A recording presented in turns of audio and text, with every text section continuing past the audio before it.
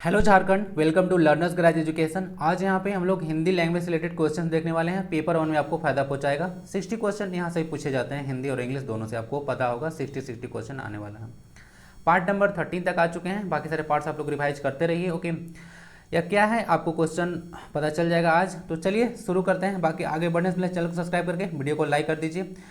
कोई भी क्वेरी आता है कमेंट बॉक्स में जरूर बताइएगा। अदरवाइज यहाँ पे ईमेल है, टेलीग्राम जाके डाउनलोड मतलब टेलीग्राम से जाके ज्वाइन कर लीजिएगा। डाउनलोड तो होगा ही, ओके।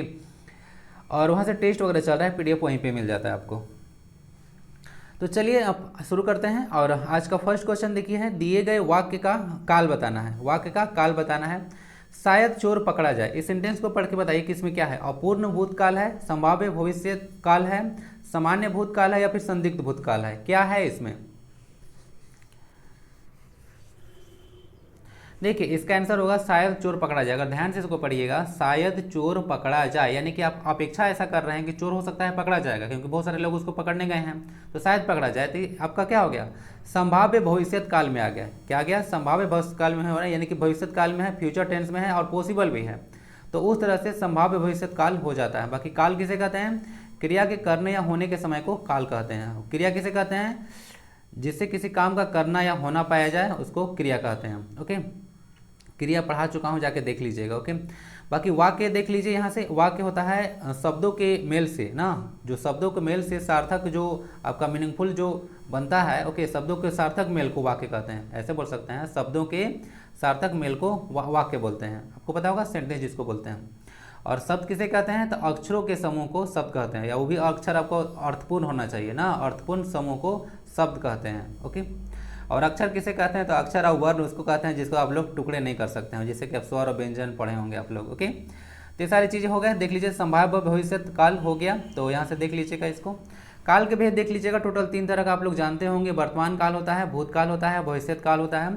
तो यहाँ से वर्तमान भूत तीनों को देखो, देखिए डिफाइन यहाँ पे किया गया है। ओके, वर्तमान काल में देख लीजिएगा यहाँ से। ओके, टोटल इसका यहाँ से 6 भेद इसको देखने को मिलेगा। सामान्य, अपूर्ण, पूर्ण, संदिग्ध, तात्कालिक या संभाव्य। उसका बाद भूतकाल में देखिएगा, इसका भी 6 भेद देखने को मिलेगा यहाँ से। सामान्य, आसन, ओके, पूर्ण, अपूर्ण, संदिग्ध और हेतु हेतुमत। उसका इसके बाद भविष्य में सामान्य, संभाव्य और हेतु मत विषय लिखा हुआ है। उसके बाद आपका क्या था, संभाव्य भविष्य काल में था, यानी कि इस वाला टाइप के बारे में पूछा गया था। ओके, तो यही क्वेश्चन था आपका, तो भविष्य काल था। हेतु हेतुमत क्या होता है, इसको थोड़ा चर्चा कर देते हैं। ओके, हेतु हेतुमत होता है ना कि जैसे कि कोई काम हो रहा है। ओके, कोई एक ऐसा एक्शन है दूसरे पर डिपेंड करे। क्या है, कोई एक ऐसा एक्शन हो और दूसरे पर डिपेंड करे, तो उसको हम लोग हेतु हेतुमत बोलते हैं। जैसे भूतकाल में, जैसे कि अगर वर्षा होती तो फसल अच्छी होती, अगर वर्षा हुई होती तो फसल अच्छी होती, यानी कि फसल का अच्छा होना वर्षा के होने पर निर्भर है। तो इसका तात्पर्य है कि उसमें क्या है, उसमें जो है से आपका हेतु हेतुमत वहाँ पे भूतकाल हो जाएगा। और आपकी जानकारी के लिए एक चीज़ बता देता हूँ ना, मैं हिंदी का टीचर नहीं हूँ। ओके, हिंदी का टीचर नहीं हूँ, लेकिन एक चीज़ याद रख लीजिएगा। मैं यहाँ पे एक बहुत बड़ी बात आपको बताने जा रहा हूँ। आपके मतलब कभी कभी बोलते हैं, एक बार मेरे पास कमेंट आया था कि आप पढ़ रहे हैं या पढ़ा रहे हैं तो चलिए आज आपको बताता हूँ। देखिए, अगर आप कोई स्टूडेंट पढ़ता है ना, तो टीचर से ज़्यादा इंटेलिजेंट होता है वो। अगर कोई स्टूडेंट है तो टीचर से ज़्यादा इंटेलिजेंट होता है, क्योंकि टीचर को आप एग्जाम में बैठा दीजिएगा ना, एग्जाम क्रैक नहीं कर पाएगा। वो इस एक पार्टिकुलर सब्जेक्ट का ही स्पेशलिस्ट हो सकता है, लेकिन एक स्टूडेंट जो होता है हर एक सब्जेक्ट को पढ़ता है। ओके, हर एक सब्जेक्ट को पढ़ता है। और आप लोगों ने इतना हिंदी का वीडियो, तो क्या आपको लगा कि मतलब हाँ कुछ हिंदी में गड़बड़ी है? अगर लगता तो इतना सारा व्यू ही नहीं जाता। ओके, गलत चीज़ें थोड़ी ना मतलब परवाह होती है इतना सारा। आप लोग का फीडबैक अच्छा आया तो मैं चला बना रहा हूँ। ओके, वैसे मैं हिंदी का टीचर नहीं हूँ, बट हाँ स्टडी करता हूँ तो उसको अच्छे से पढ़ा सकता हूँ। ओके, तो इस चीज़ के बारे में कन्फ्यूजन आपको नहीं होना चाहिए, ठीक ना। एक अच्छा टीचर होगा ना, अच्छा टीचर होगा वो एक ही सब्जेक्ट का हो सकता है। ओके, सब सब्जेक्ट में उसका कमांड नहीं होगा। ओके, तो इसको ध्यान में रखिएगा। लेकिन एक स्टूडेंट हर चीज़ को डिस्कस अच्छे से कर सकता है, ये चीज़ याद रख लीजिएगा। ओके, तो चलिए कुछ बातें हैं। ओके, यहाँ से पढ़ने से मतलब हमको समझ में आना चाहिए। ओके, एग्जाम निकालना है, ज़्यादा फालतू की बकवास वहाँ पे मतलब ये सब चीज़ में कुछ रखा है, कुछ नहीं रखा है। ओके, तो चलिए देख लेते हैं, एग्जाम पर फोकस करते हैं। ओके, समझ में आ रहा है ना। कोई भी दिक्कत आता है, अगर हाँ लगता है कि वीडियो मतलब सही नहीं है तो बोलिए, इसको हटाते हैं, बंद करते हैं चलाते हैं आपका पेपर 3। तो चलिए नेक्स्ट क्वेश्चन देखते हैं। निम्नलिखित शब्दों में से शुद्ध वर्तनी का, ओके, शुभ जिसका क्या वर्तनी है, लिखावट है, उसको बताना है। कनिष्ठ, कनिष्ठ ऐसे लिखा हुआ है, कनिष्ठ लिखा हुआ है, अभी कनिष्ठ लिखा हुआ है। ट और ठ में अंतर है। हर्षिकार, हर्षविकार और दीर्घ विकार का यहाँ पे कन्फ्यूजन करके दिया हुआ है। तो वर्तनी बताना है कि किसका जो है से वर्तनी है से सही है। ओके, कौन सही लिखा हुआ है। ओके, वर्तनी लिखावट होता है। किसका सही है पता चल रहा है? इसका होगा कनिष्ठ। क्या होता है? कनिष्ठ होता है ना। कनिष्ठ का मतलब क्या होता है? कनिष्ठ का मतलब होता है छोटा। क्या होता है? कनिष्ठ का मतलब छोटा। इसका ऑपोजिट होगा ज्येष्ठ। पूछते हैं कभी कभी, ओके। ज्येष्ठ भाई आप लोग सुने होंगे, ज्येष्ठ, ओके। ट नहीं बोल रहा हूँ, ठ बोल रहा हूँ, ज्येष्ठ, ओके। ज्येष्ठ ऐसे हो गया, ज्येष्ठ बोलते हैं ना, ज्येष्ठ भ्राता। तो कनिष्ठ मतलब होता है अनुज, अवर, ठीक है, सुने ना, अनुज, अवर। कनीय, कनीय अभियंता तो सुने होंगे आप लोग ने, जूनियर इंजीनियर तो वही होता है, ओके। तो कनीय भी होता है, कनिष्ठ होता है, ओके। तो ये हो गया, इसका अपोजिट ज्येष्ठ याद रख लीजिएगा, यही सही है, बाकी सारे तो गलती लिखे हैं, ओके। नेक्स्ट क्वेश्चन है, निम्न दिए गए शब्दों में से स्त्रीलिंग शब्द ज्ञात करना है। क्या करना है? स्त्रीलिंग शब्द ज्ञात करना है। रविवार, मोतियां, मच्छर या फिर रावी। आप लोग को अच्छे से पता होगा कि रावी जो होता है ऐसे नदी का नाम है, नदी का नाम स्त्रीलिंग होता है। क्या होता है? नदी का नाम स्त्रीलिंग होता है। तो रावी एक नदी है, पता होना चाहिए, ओके। रविवार वगैरह दिन वगैरह मैं बताया था, आप लोग पिछला वीडियो देखे होंगे, तो उसमें दिन वगैरह का नाम पुल्लिंग बताया था, ओके। तो देख लीजिएगा। लेकिन पहर वगैरह था, दोपहर वगैरह, ओके, तो वो सब नहीं था, दोपहर, ओके। तो वो सब जो है आपका स्त्रीलिंग में आया था, ओके। तो देखा था आपने, ओके। चलिए नेक्स्ट क्वेश्चन को मूव करते हैं। तो आंसर आपका रावी हो गया ना, रावी नदी है। दिए गए शब्दों की संधि ज्ञात कीजिए। संधि और समास में कंफ्यूजन नहीं होना चाहिए ना। दो वर्णों के मेल से जो विकार उत्पन्न होता है उसे संधि कहते हैं। क्या बोला? दो वर्णों के मेल से जो विकार उत्पन्न होता है वहां पे संधि होता है, ओके।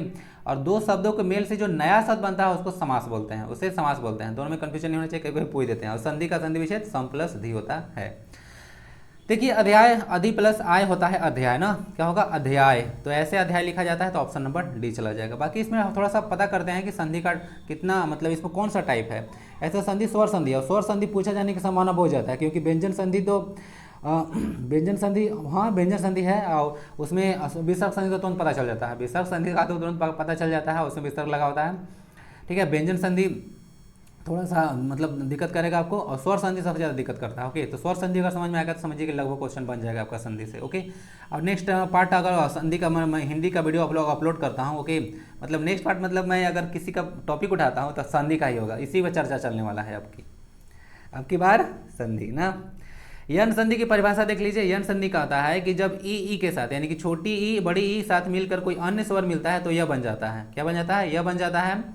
छोटी ऊ और बड़ी ऊ के साथ कोई मिलता है तो वह बन जाता है, और ई के साथ कोई अन्य स्वर मिलता है तो र बन जाता है। यानी कि यहाँ से देख लीजिएगा, य व र, अगर तीन चीज बन रहा है तो समझिएगा वहाँ पे यन संधि हो गया।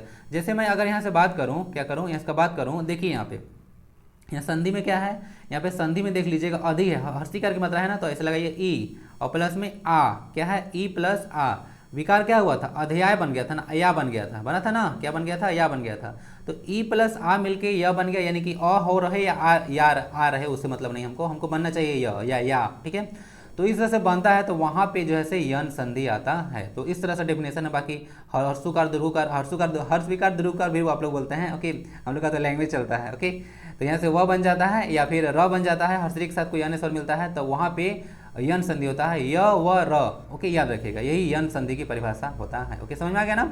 स्वर संधि का टोटल 5 प्रकार होता है ना, स्वर संधि का टोटल 5 प्रकार होते हैं। बाहर से साउंड आ रही है तो थोड़ा सा मैनेज करिएगा, मैं भी तो इंसान ही हूँ, अगल बगल रहता हूँ तो साउंड आते हैं उस तरह फोकस नहीं होना चाहिए ना, फोकस होना चाहिए स्टडी पे। सरल वाक्य आपको ज्ञात करना है। सरल वाक्य का वीडियो डाला जा चुका है, प्लेलिस्ट में आप लोग विजिट कर लीजिएगा, ओके। प्लेलिस्ट में विजिट कीजिएगा तो वाक्य का वीडियो मिल जाएगा। सरल वाक्य में बताया था कि एक ही कर्ता होगा, ओके, एक ही कर्ता होगा, एक ही क्रिया होता है ना, और सिंपल चीज के बारे में बात करता है, तो वहां से देख लीजिएगा सरल वाक्य होता है।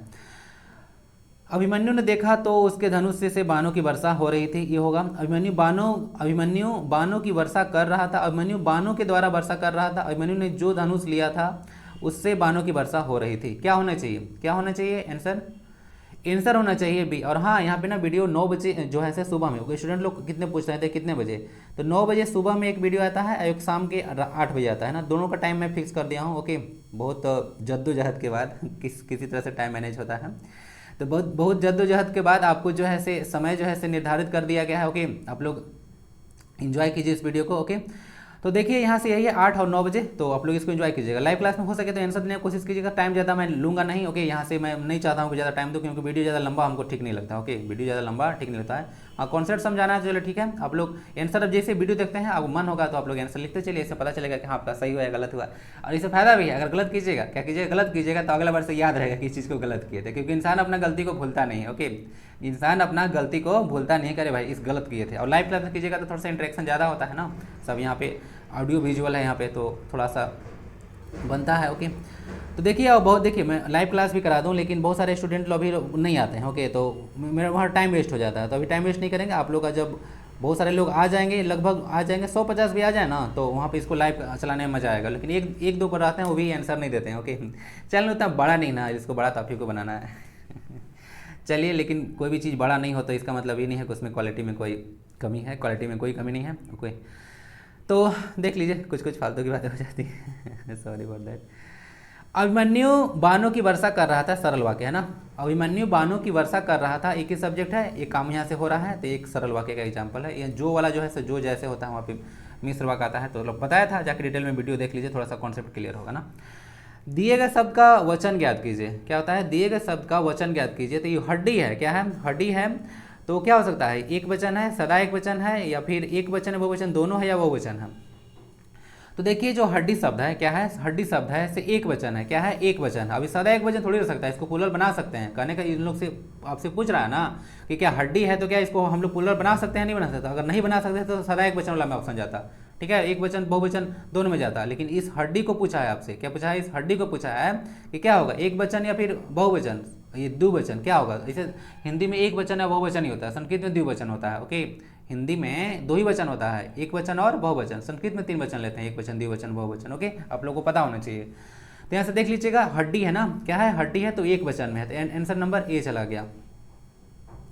ये दिए गए शब्द का वचन पूछा आपसे, कन्फ्यूजन नहीं होना चाहिए। इसको बहुवचन आप बना सकते हैं, क्या बना सकते हैं। ओके, एक बहुवचन बना सकते हैं, तो इसको याद रखिएगा। नेक्स्ट क्वेश्चन आता है, उस विकल्प का चयन कीजिए जो दिए गए मुहावरे के अर्थ को सर्वश्रेष्ठ रूप से व्यक्त करता है। ओके, तो यहाँ से देख लीजिएगा, उस विकल्प का आपको चयन करना है जहाँ पे सर्वश्रेष्ठ मतलब सबसे अच्छा ना रूप में व्यक्त करता है इस मुहावरे का अर्थ। मेरी मतलब इसको 4 ऑप्शन में से आपको भरना है ना, 4 ऑप्शन में से भरना है ताकि इसका मीनिंग निकल जाए। बेटी की विदाई पर माँ की क्या हो गई, आंख भर आई, आंख खुल गई, आंख का तारा हो गई, ठीक है, या आंखों में बस गई। ओके, तो क्या होना चाहिए, आंखें भर आई ना, आंखें भर आई। ओके, मतलब बहुत ज़्यादा जब इमोशनल हो जाता है ना, आंसू आ जाता है। ओके, तो उसको बोलते हैं आंख भराना। ओके, आंख भराना मतलब आंसू आना ना।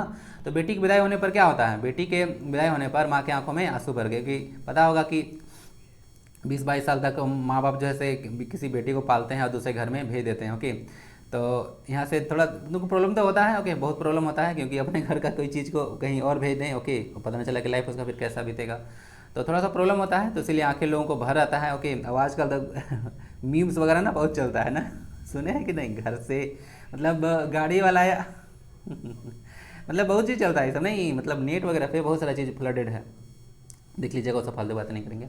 तो आंखें भर आई मतलब बेटी की विदाई पर माँ की आंखें भर आई। ओके, तो यहाँ से देख लीजिएगा, तो मतलब आंसू आ गया। बाकी आँख खुलना मतलब क्या होता है, आँख खुलना मतलब जागना, जैसे बोलते हैं ना कि अरे भाई मेरा ना आँख खुल गया, आज क्या हो गया, आँख खुल गया। आँख खुलना मतलब जागना नहीं होता है, मतलब जगना मतलब उस तरह से जगना, ठीक है, कि मतलब आप जाग गए, अब कोई भी चीज़ से जाग गए। जैसे कि पहले कुछ पता नहीं था, अब आँख खुल गया, मेरा आँख खुल गया है ना, तुम्हारे चक्कर में हम नहीं पढ़ने वाले हैं। ओके, आँख का तारा मतलब बहुत प्यारा ना, आँख का तारा मतलब बहुत प्यारा। जैसे हम लोग क्या हैं, हम लोग जैसे अपने मम्मी पापा के आँखों का तारा है।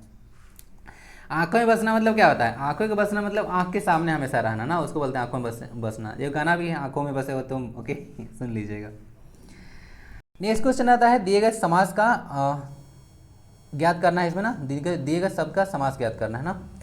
घुड़दौड़ में क्या कौन सा समास है बताइए, बहुब्रीहि समास, ओके, द्वंद्व समास, ओके, तत्पुरुष समास, या फिर कर्मधारय समास। ओके, बताइए, टाइम देता हूँ। चलिए, इसमें तत्पुरुष समास है, क्या है, तत्पुरुष समास है। क्या होगा, घुड़दौड़ मतलब घोड़े की दौड़, या घोड़े की दौड़, उसको बोलते हैं घुड़दौड़, घोड़े की दौड़। तत्पुरुष समास का टोटल 6 भेद होता है ना, तत्पुरुष समास का पूछे कितने भेद हैं, टोटल 6 भेद हैं। ओके, देखिएगा, समास का भी 6 ही भेद होता है, समास का भी 6 ही भेद होता है।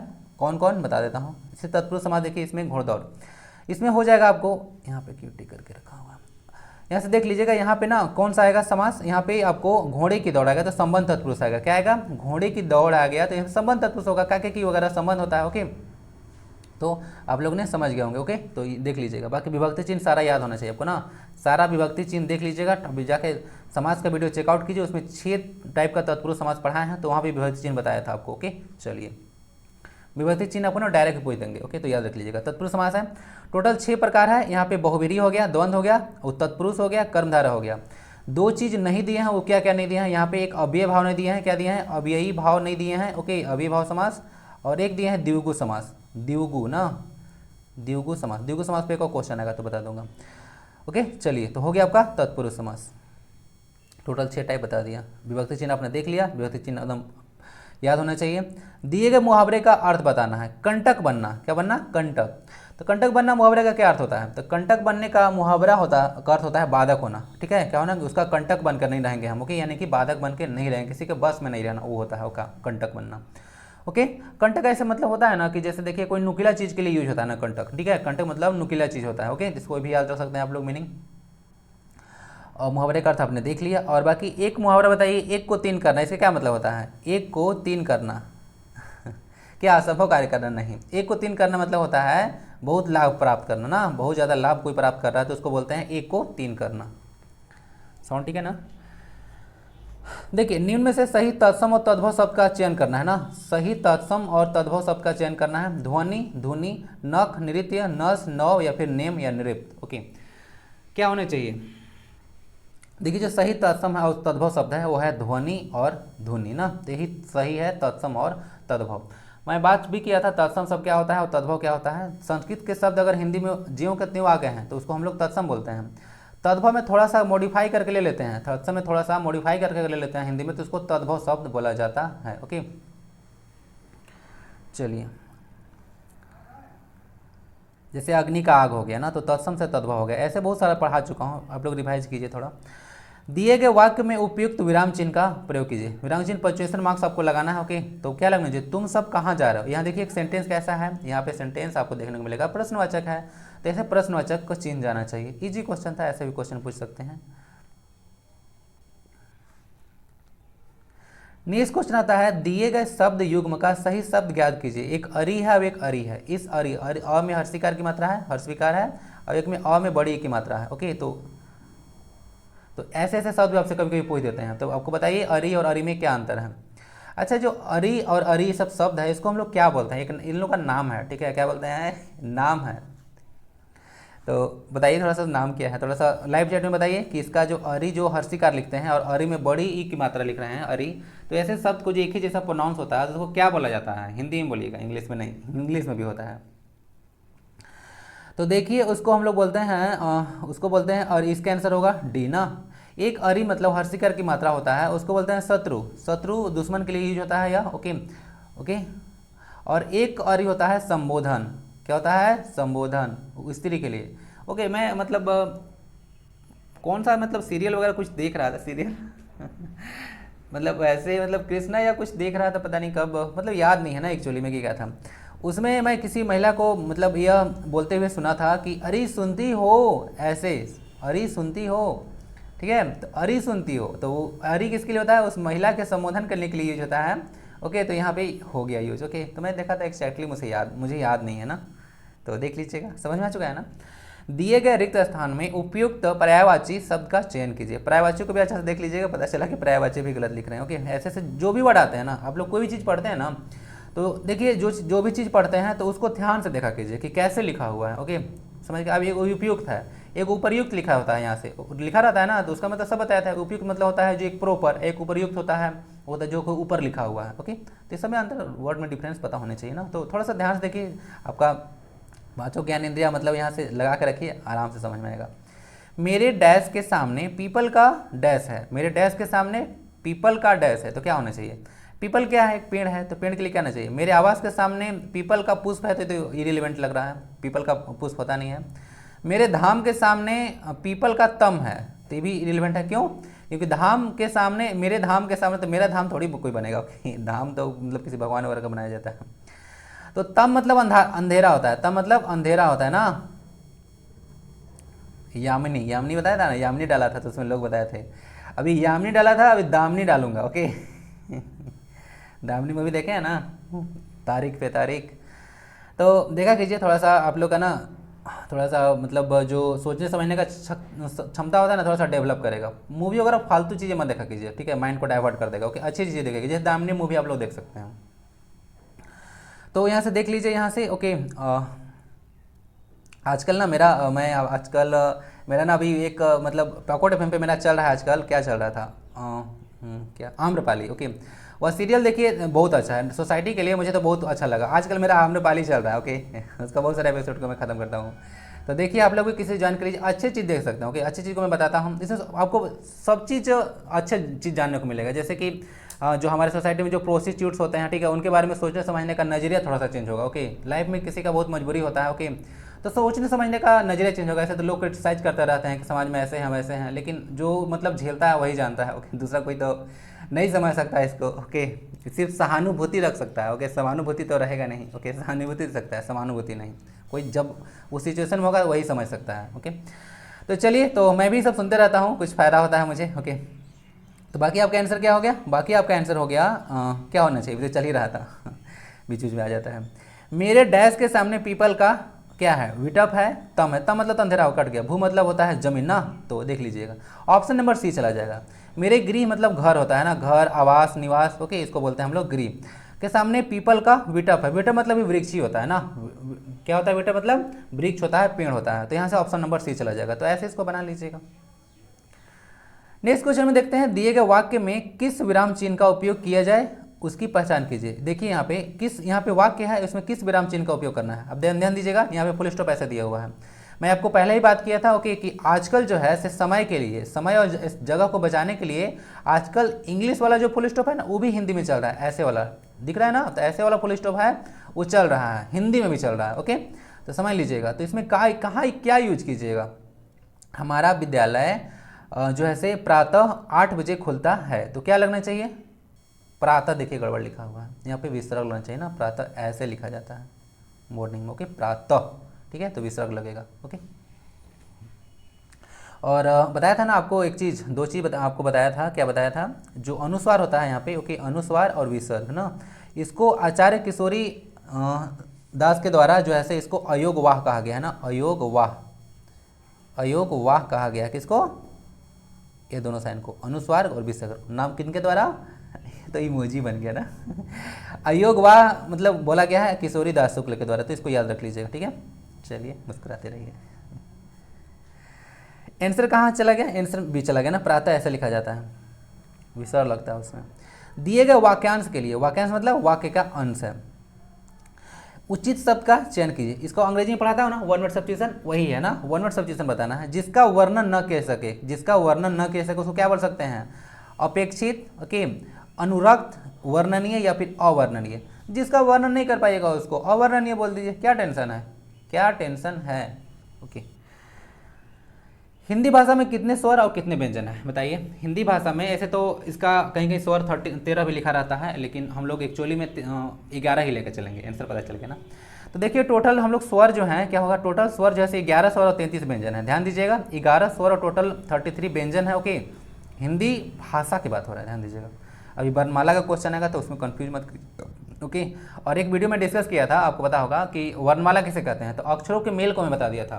तो अक्षरों शब्दों के मेल को बता, वर्णों के समूह को क्या बोलते हैं? वर्णमाला बोलते हैं, ये नहीं बताया था। तो वहाँ पे वर्णों का समूह नहीं, वर्णों के जो है से एक व्यवस्थित समूह होना चाहिए ना, वर्णों का व्यवस्थित समूह, क्योंकि क से लेकर आप लोग पंचमाक्षर लिखते हैं, क, ख, ग, घ, अंग, तो पंचमाक्षर एक ऑर्डर में लिखा होना चाहिए, तभी वर्णमाला बोलेंगे। उसके बाद आपका आता है च, छ, ग, ओके, समझिए। तो एक ऑर्डर में लिखा होना चाहिए। पता चला कि क लिख दिए, ख लिख दिए, फिर अंग पहले लिख दिए, घ बाद में लिख दिए, तो ऐसे वो वर्णमाला उसको नहीं बोलेंगे, एक व्यवस्थित होना चाहिए था, ठीक है। तो उस पॉइंट पे वहाँ पे मैं मिस्टेक किया था, क्यों ना कि आगे में ना अगला ऑप्शन पढ़ा ही नहीं था। ओके, इसीलिए ऐसा हुआ था। ओके, तो ध्यान में नहीं था। ओके, तो उसको चलिए सुधारते चलेंगे। तो 11 स्वर और 33 व्यंजन लेकर आप लोग चलिएगा ना, हिंदी में 11 स्वर और 33 व्यंजन है। 11 स्वर में देख लीजिएगा आप लोग जो है ना, सबको ले लीजिएगा, अंग और अ को मत नहीं लीजिएगा, अंग और अ को नहीं लीजिएगा तो वहाँ पे आपको टोटल मिल जाएगा। ओके, देख लीजिएगा। स्वर माता तो सारा पढ़ाया था, देख लीजिएगा। अब यहाँ पे हिंदी वर्णमाला में कितने अक्षर होते हैं? हिंदी वर्णमाला टोटल 52 अक्षर होता है ना। इसको मैं टेलीग्राम पे भेजने वाला हूँ, ठीक है। इसको यहाँ टेलीग्राम पे मैं डाल दूंगा कि हिंदी वर्णमाला में कितने अक्षर होते हैं, आप लोग वहाँ से देख लीजिएगा, उसको जाकर डाउनलोड कीजिए टेलीग्राम। ओके, ऐसा नहीं चलेगा, ठीक है। आप लोग इधर उधर भटकते रहते हैं, ओके। आप लोग को भरोसा नहीं है, नहीं भरोसा रखिए, ओके। अगर किसी पर भरोसा करते हैं तो भरोसा पर खरा हुआ इंसान उतरेगा, ओके। 52 अक्षर होता है, 52 में टोटल आता है पूरा जितना वर्णमाला होता है, संयुक्त व्यंजन जितना आप लोग पढ़े होंगे, ओके। संयुक्त छ, त्र, गे और स्र भी आता है एक तो सारा भी हो जाता है, तो उसमें टोटल हम लोग 52 देख लेते हैं, ओके। देख इसको सेंड कर दूंगा। रसक प्रिया, रसक प्रिया का रचयिता कौन है? तो रसक प्रिया के जो रचयिता हैं वो हैं आपके, रचयिता देख लीजिएगा ना, ऐसे लिखा जाता है। रचयिता है आपका आचार्य केशव दास। कौन है? आचार्य केशव दास जो है रसक प्रिया के रचयिता हैं। देखिए यहाँ से बोला जा रहा है अधिकार सुख कितना मादक सुख किंतु सारहीन है, पंक्ति प्रसाद के किस नाटक से है? कहने का मतलब है कि अगर पूछ दे कि इस पंक्ति के लेखक कौन है तो प्रसाद। प्रसाद का मतलब प्रसाद ही नहीं, प्रसाद का मतलब जयशंकर प्रसाद के बारे में बात किया जा रहा है, ओके। जो कि कामयानी लिखे हैं बुक, याद है ना कामयानी, बहुत फेमस बुक है कामयानी, भूलिएगा नहीं, ओके। भूलिएगा तो माफ़ नहीं करेंगे, आंटी जी से कह के ना पिटवा देंगे आपको सुबह सुबह। तो अधिकार सुख कितना मादक किंतु सारहीन है, जयशंकर प्रसाद लिखे हैं, पता होना चाहिए। तो वही बोला है कि प्रसाद का किस नाटक से है, तो प्रसाद का ध्रुवा स्वामिनी एक नाटक है ना, प्रसाद का एक ध्रुवा स्वामिनी एक नाटक है, उसी नाटक का यह अंश है, समझ गए। लेखक कौन है? जयशंकर प्रसाद। एक और बुक है कामयानी, याद रखिएगा। और बाकी उर्वशी याद रख लीजिएगा, दिनकर का, भूलिएगा मत उसको, उर्वशी को याद रखिएगा, दिनकर जी का है, ओके। चलिए ध्रुवा स्वामिनी ना। और हाँ, ध्रुवा स्वामिनी जो आप लोग को देखने को मिल रहा है नाटक, ओके। ध्रुवा स्वामिनी इसमें टोटल 3 एपिसोड देखने को मिलेगा ना, 3 भाग इसमें देखने को मिलेगा, 3 भाग में पूरा खत्म कर दिया गया इसको। कवियों का कवि किसे कहा जाता है, ओके। कवियों का कवि किसे कहा जाता है? तो देखिए याद रख लीजिएगा, शमशेर बहादुर सिंह को कवियों का कवि कहते हैं, ओके। ओके ना, कवियों का कवि शमशेर बहादुर सिंह को बोलते हैं। एक ना हम लोग याद रखिएगा, विद्रोही कवि हम लोग बोलते हैं सूर्यकांत त्रिपाठी निराला को ना, विद्रोही कवि के नाम से वो जाना जाते हैं। कौन? Suryakant Tripathi Nirala. Suryakant Tripathi Nirala is known as विद्रोही कवि, रिवोल्ट पोएट बोलते हैं उनको, ओके। चलिए Shamsher Bahadur Singh is the answer. Next question की मूव करेंगे। कविदेव किस रस के कवि थे? बोला जा रहा है कि जो कविदेव हैं किस रस के कवि थे, तो कविदेव के बारे में याद रखिएगा, श्रृंगार रस के थे ना, श्रृंगार रस के कवि थे, ओके। श्रृंगार यहाँ पे गलत लिखा हुआ है ना, देख लीजिएगा, सही श्रृंगार ऐसे लिखा था, पता नहीं गलत क्यों लिखते हैं, ओके। देखिए जैसे मैं पढ़ाता हूँ तो मुझे तो रहता है कि जैसे कि हाँ मैं अगर यहाँ पे डिस्कस कर रहा हूँ तो साथ में चलता रहूँगा तो बता दूंगा, ओके। अगर कोई कहीं भी कुछ अगर डालना हो वेबसाइट वगैरह पे, ओके, तो उसको थोड़ा सा 1-2 बार जो है से अच्छा से चेक वगैरह करके डालना चाहिए, क्योंकि श्रृंगार लोग ऐसे पढ़ेंगे और श्रृंगार ऐसे दे रहा है एग्जाम में तो गलत करके आ जाएंगे ना, तो उसको रेक्टिफाई करना होगा ना। कि गलती देखिए हर एक इंसान से होता है, लेकिन उसको रेक्टिफाई करने का भी एक बैकएंड होना चाहिए, ओके। हो गया श्रृंगार। बाकी याद रखिएगा टोटल रस की संख्या 9 है ना, टोटल रस की संख्या 9 है। तो रस अगर हर एक रस का एक अस्थाई भाव होता है ना, हर एक रस का एक अस्थाई भाव होता है, तो अस्थाई भावों की संख्या भी पूछेंगे ना, अस्थाई अगर भाव की संख्या पूछेंगे कि अस्थाई भावों की संख्या कितनी है, तो आपका आंसर उसमें भी 9 होना चाहिए, ओके। और बाकी एक संचारी भाव होता है ना, संचारी भाव, उसकी संख्या 33 है। क्वेश्चन इंपॉर्टेंट है, संचारी भाव की संख्या 33 है, ओके। इसको याद करते हैं। आंसर हो गया श्रृंगार। यहाँ गलत लिखा हुआ था, कैसे लिखा जाता है ध्यान दीजिएगा, स्र मत लिख दीजिएगा ना, स्र मत लिख दीजिएगा। देखिए यहाँ पे हटा दिया हूँ, ये वाला पार्ट नहीं होता है, यहाँ पे गलत करते हैं लोग। त्रिशंकु किसकी रचना है? त्रिशंकु जो है किसकी रचना है बताइए? तो इसका आंसर है मन्नू भंडारी ना, मन्नू भंडारी जो है त्रिशंकु के रचनाकार हैं। हम होंगे कामयाब एक दिन, बहुत सुने होंगे हम होंगे कामयाब, हम होंगे कामयाब, ओके। तो उसके लेखक कौन है? त्रिलोचन, ओके। उसके बाद रामनरेश त्रिपाठी है, शमशेर बहादुर सिंह है, ओके, या फिर गिरिजा कुमार माथुर हैं, बताइए। इसका आंसर डी होगा ना, गिरिजा कुमार माथुर जी जो हैं से हम होंगे कामयाब जो है एक दिन के लेखक हैं, ओके। चलिए भूले बिसरे चित्र, विविध भारती प्रोग्राम भी चल रहा है ना, भूले बिसरे गीत चल रहा है ना। विविध भारती ने एक एंटीक मतलब रेडियो स्टेशन है, ठीक है, मतलब आप लोग विविध भारती से कनेक्ट रह सकते हैं, विविध भारती से कनेक्ट रह सकते हैं, आप लोग को मज़ा आ जाएगा, ओके। बहुत सारी चीज़ें मतलब ऐसे चीज़ें मतलब विविध भारती आपको प्रोवाइड कराता है ना, जो general news TV, okay, TV वगैरह या फिर न्यूज़ चैनल वगैरह आपको नहीं दिखा सकते हैं। बहुत एंटिक पीस रखता है वो, जैसे कि मैं एक बहुत एंटिक पीस आपको शेयर किया था बिरसा मुंडा के बारे में, वो प्रसार भारती का था, तो उसको आप लोग देखा या नहीं देखा मुझे तो पता नहीं, ओके, आप लोग जाकर देख लीजिएगा, क्योंकि वो तो मेरे चैनल का तो है नहीं। ग्रीस रस्तोगी, प्रतिभा अग्रवाल, ओके, या फिर रामेश्वर प्रेम, या फिर भगवती चरण वर्मा। देखिए जो भूले बिसरे चित्र है वह रचना है आपका भगवती चरण वर्मा का। किसका है? भगवती चरण वर्मा का यह है। ओके, तो याद रखिएगा। नेक्स्ट क्वेश्चन आता है दुर्वा स्वामिनी नाटक में कितने अंक है? अभी बताया, बात किया था ना, दुर्वा स्वामिनी नाटक किसने लिखा है? जयशंकर प्रसाद जी लिखे थे। क्वेश्चन कहीं नहीं डालना चाहिए था। जयशंकर प्रसाद जी लिखे हैं, और जयशंकर प्रसाद जी लिखे हैं। प्रसाद की जो पंक्ति था आपको याद है ना अभी, तो उसमें टोटल 3 अंक था ना। तो चलिए क्वेश्चन रिपीट हो गया, तो मैं वहीं पे चर्चा कर दिया था, अलग से क्वेश्चन था। तो मेरा तो आदत ही है कि एक स्लाइड में बहुत सारा मैं इन्फॉर्मेशन प्रोवाइड करा देता हूँ जितना मुझे पता होता है। नेक्स्ट होता है आत्मनेपद ना, आत्मेन पद किसकी रचना है? त्रिलोचन, राम नरेश त्रिपाठी, अज्ञे या फिर गिरिजा कुमार माथुर। देखिए जो आत्मनेपद पद है, ओके, उसके रचनाकार हैं अज्ञे। अज्ञे है ना, नाम इनका अज्ञे है। ओके, तो याद रखिएगा।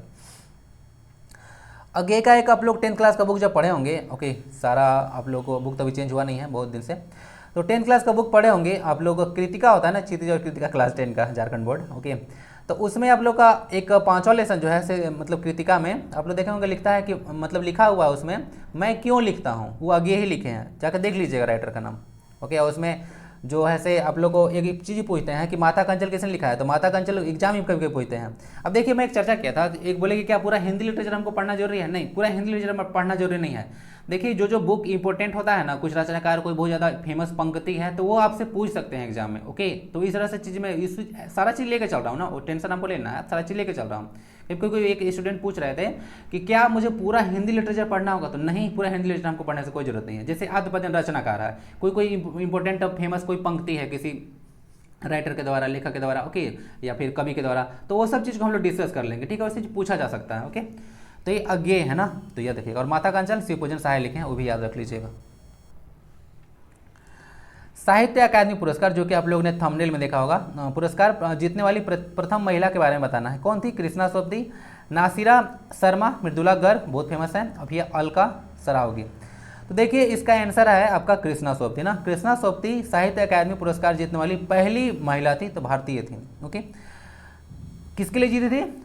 जिंदगी नामा, ठीक है, के लिए जीती थी कृष्णा सोबती ना, साहित्य अकादमी पुरस्कार। ओके, चलिए थोड़ा सा पुरस्कार के बारे में बात करते हैं। अगर साहित्य अकादमी पुरस्कार के बारे में बात करें तो भारत में भी देखिएगा कि साहित्य के क्षेत्र में दिया जाने वाला दूसरा हाईएस्ट अवार्ड है ना, दूसरा हाईएस्ट अवार्ड है। तो पहला कौन है? तो पहला आप लोग को देखने को मिलेगा, पहला देखने को मिलेगा ज्ञानपीठ अवार्ड। क्या होगा? ज्ञानपीठ अवार्ड जो है, कुछ बहुत सारी चीज़ माइंड में चल रहे हैं अभी, देखिए क्या क्या निकल गया था। तो ज्ञानपीठ अवार्ड जो है फर्स्ट नंबर पे है ना, तो ज्ञानपीठ अवार्ड है। साहित्य अकादमी पुरस्कार को देखिएगा 1954 में कॉन्स्टिट्यूट किया गया था। ओके, 1954 में कॉन्स्टिट्यूट किया गया था। ज्ञानपीठ अवार्ड जो सबसे पहले मिला था एक पर्सन थे, जी शंकर कुरूप, याद है? जी शंकर कुरूप जी को फर्स्ट ज्ञानपीठ अवार्ड मिला था। ओके, और उसके बाद जो प्रथम महिला थी जिनको ज्ञानपीठ अवार्ड मिला था भारत में, वो थी आशापूर्णा देवी। ओके, बंगाल से थी आशापूर्णा देवी। ओके, इनको याद रखिएगा। कृष्णा सोबती के बारे में आपने देख लिया, फर्स्ट साहित्य अकादमी पुरस्कार जीतने वाली पहली महिला थी। तो फिर मेल कौन थे भाई? मेल थे आपके R.K. नारायण। क्या थे? Mail R.K. नारायण थे। Okay, R.K. नारायण का तो बहुत सारा बुक है, जीके में पूछते हैं, जैसे कि स्वामी एंड हिज फ्रेंड हो गया। ओके, गाइड पूछते हैं आपको, द गाइड, ओके, के लेखक। ओके, और फिर द गाइड हो गया, स्वामी एंड हिज फ्रेंड हो गया, मालगुडी डेज हो गया। तो सर R.K. नारायण का बहुत सारा बुक है। ओके, क्या हो गया, समझ गया ना? तो कृष्णा सोबती आंसर हो गया। मृदुला गर्ग बहुत फेमस राइटर है ना, इनको चितकोबरा के लिए आप लोग याद रख लीजिएगा। चितकोबरा, ध्यान दीजिएगा, क्या बोल रहा हूँ? चितकोबरा, चितकोबरा, चितकोबरा लिखे हैं ये। ओके, चलिए, तो ये है मृदुला गर्ग।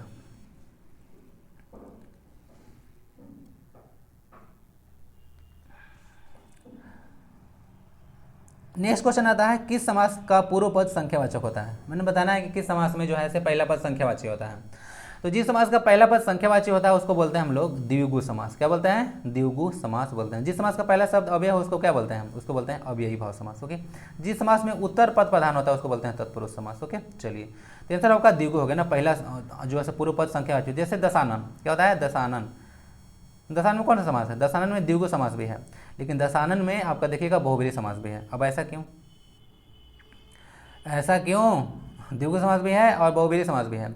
दशानन मतलब एक देखिए इसका जो आप लोग विग्रह करेगा तो होगा 10 आनन का समूह। क्या होगा? 10 आनन का समूह।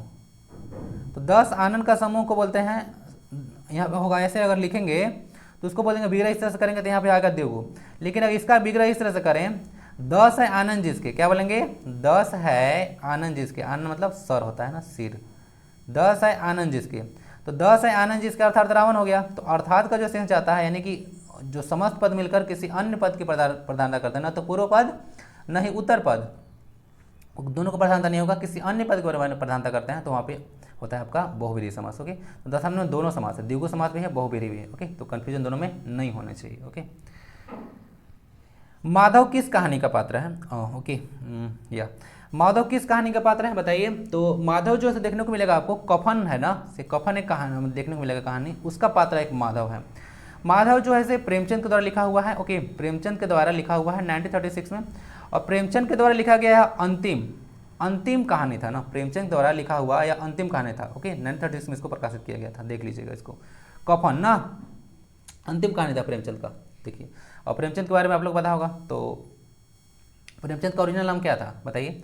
उनका नाम था धनपत रॉय ना, धनपत रॉय। ओके, बनारस से थे, बनारस के लम्ही गांव में उनका जन्म हुआ था। ओके, इनका एक पूस की रात था ना, पूस की रात कहानी था, उसमें कुत्ता का क्या नाम था बताइए जरा। पूस की रात एक कुत्ता था। ओके, उस कुत्ता का नाम क्या था? आंसर हो गया बी। एक दो क्वेश्चन पूछता हूँ तो बता दिया कीजिए। मलिक मोहम्मद जायसी के गुरु कौन थे? मलिक मोहम्मद जायसी उर्दू के कवि थे, आपको पता होगा। तो कि गुरु कौन थे? बैरम खां, गोरखनाथ जी, शेख बुरहान या फिर विशोबा खेचर। ओके, आंसर आपका होगा शेख बुरहान ना, शेख बुरहान आपका आंसर हो जाएगा। मलिक मोहम्मद जायसी, इनका एक बुक याद रख लीजिएगा, पद्मावत ना, ध्यान दीजिएगा, पद्मावत बुक यही लिखे हैं। ओके, जिस पर मूवी बन चुका है पद्मावती, नाम तो उसका पहले से देखे होंगे कि पद्मावती ही था। ओके, क्या था? पद्मावती ही था, लेकिन बाद में सब बहुत ज़्यादा विद्रोह होने लगा राजस्थान में, आपको मालूम होगा, वहाँ पे राजपूत वगैरह लोग बहुत विरोध करने लगे थे, तो फिर उसका नाम है ऐसे पद्मावत जो है से पद्मावती कर दिया गया। ओके, तो उसमें पद्मावत हो गया ना, तो क्या होता? पद्मावत की रचना कौन किए थे? यही मलिक मोहम्मद जायसी। ओके, चलिए हो गया ना, शेख बुरहान इनके गुरु थे। ओके, तो ये कुछ क्वेश्चन था हिंदी का। आज कुछ मतलब लेखक वगैरह के बारे में, बुक्स वगैरह के बारे में ज़्यादा चर्चा किया। ओके, तो चलिए, आप आशा है बहुत कुछ आपने सीखा होगा, एंजॉय किया होगा। वीडियो को कैसा लगता है जरूर बताइएगा। कुछ इंप्रूवमेंट चाहिए होगा तो बताइए, इंप्रूवमेंट जरूर करेंगे। बाकी स्वस्थ रहें, मस्त रहें, पढ़ाई में व्यस्त रहें। 9 बजे ज्वाइन कर लीजिएगा, रात शाम का वेट कीजिए झारखंड वीडियो का ना, झारखंड वीडियो का शाम को वेट कीजिए। ओके, तो स्वस्थ रहें, मस्त रहें, पढ़ाई में व्यस्त रहें। मिलते हैं नेक्स्ट वीडियो में। वंदे भारतम।